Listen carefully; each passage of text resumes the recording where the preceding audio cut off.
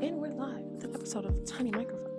Um, uh, I just noticed that it like stays green. I'm still learning this new Tiny mic, whatever. But I don't know if that's annoying to y'all. Maybe I should hold it like this. But I was also trying to hide my nails. Who cares? Whatever. But yeah, welcome to Tiny Microphone. I don't know. I was sitting here having a thought. I was actually having a conversation with my brother yesterday about it, and it was still in my brain. And I'm like, perfect opportunity to make a tiny mic. So I have a lot of controversial thoughts, and I'm that person that's the conspiracy theorist. So I always know, people really looking at me like, no. But that doesn't stop me from yapping my yapper capoodle and saying what I think anyway. But we was talking about so my brother called it the Jezebel spirit, right?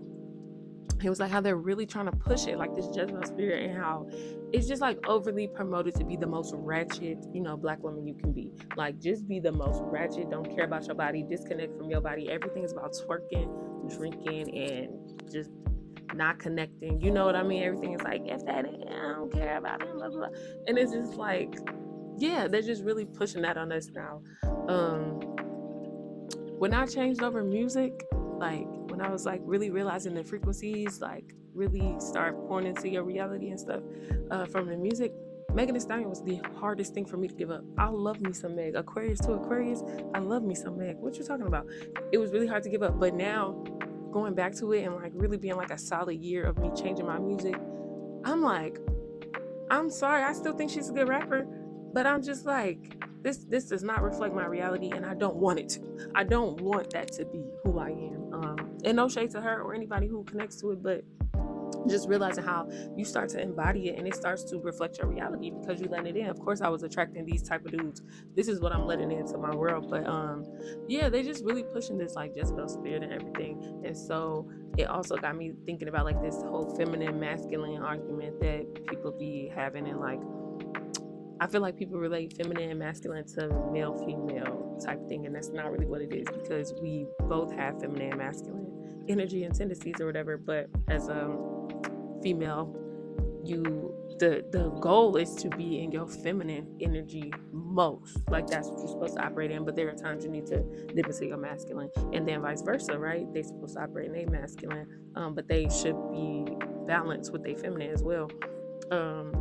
But when I think of like the Jezebel spirits, like the best way to keep somebody really focused on that, like that hypersexual energy that disconnects your body, like, yeah, I'm not a fan of Sexy Red. I just can't with her. But the way she like portrayed like pregnancy, it really grinds my gears. Like her screaming and like recording the birth and stuff and putting it in her video, but just making it so traumatic and like advertising this to the kids and stuff like that. Like, I need a whole nother talk for that one. But yeah, the best way to get somebody to operate under just like this hypersexual Jezebel energy is to take us out of our feminine energy, right? They have women overly in their masculine. Like, I mean, deep sea diving in their masculine energy, and vice versa.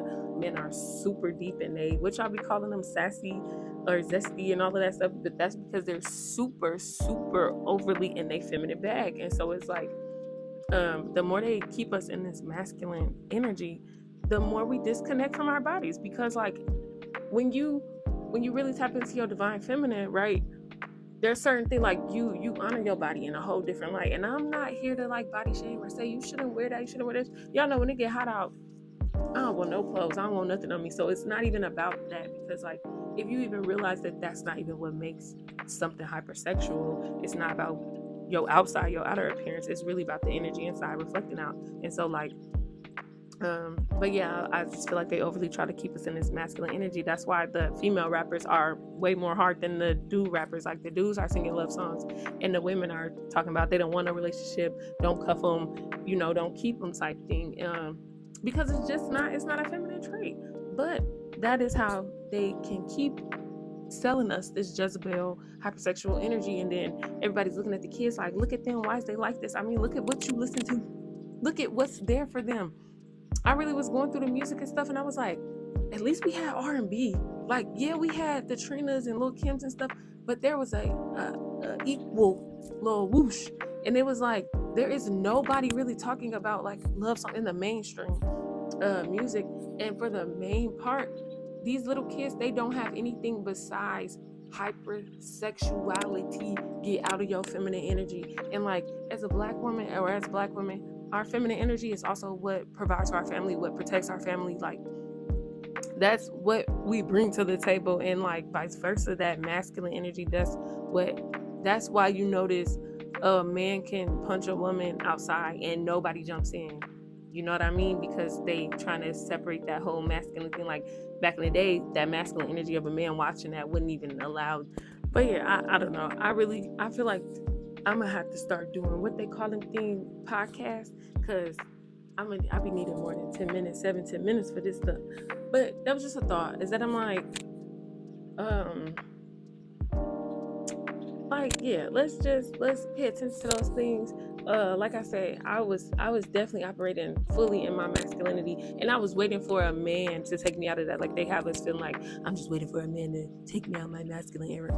It's not up to him. I have to take myself out of that and realize that, like, the reason I wasn't attracting a man to take me out my masculine energy is because I was leading with masculine energy. Therefore, I was attracting feminine men. It's like, how can you expect that? Like, it makes no sense. I have to get in my feminine energy, then I attract the masculinity that I'm looking for, because some people are looking for feminine energy in men and vice versa. So I'm definitely not. Do you, boo boo? I don't care. But I'm just, it's a little food for your thought.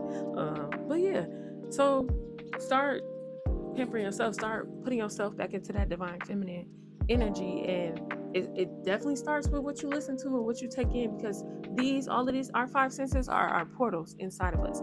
Anything that go on our skin, that's touch, taste, what we smell, see, hear, that all is the only way to get inside our brain, to get inside our energy, to get inside of our body, our temple. So be way more cautious and aware. And I'm not saying cut it all off, but do it in moderation. You should not be listening to that all day. I don't care what nobody says. You should not. Like, just have your moments, because I always tell people the Migos is my guilty pleasure. Like, Megan Thee Stallion still a little bit, when I hear her, I'll be like, preach. But I'll be like, in moderation. I can't live in the energy. But anyway, this was way longer than I planned. But I love y'all. It's Friday, Venus Day of Love, my favorite day. So go spread love in your most divine feminine way, in your most divine masculine way. Go give some love, go accept some love, and remember, I always, always love y'all.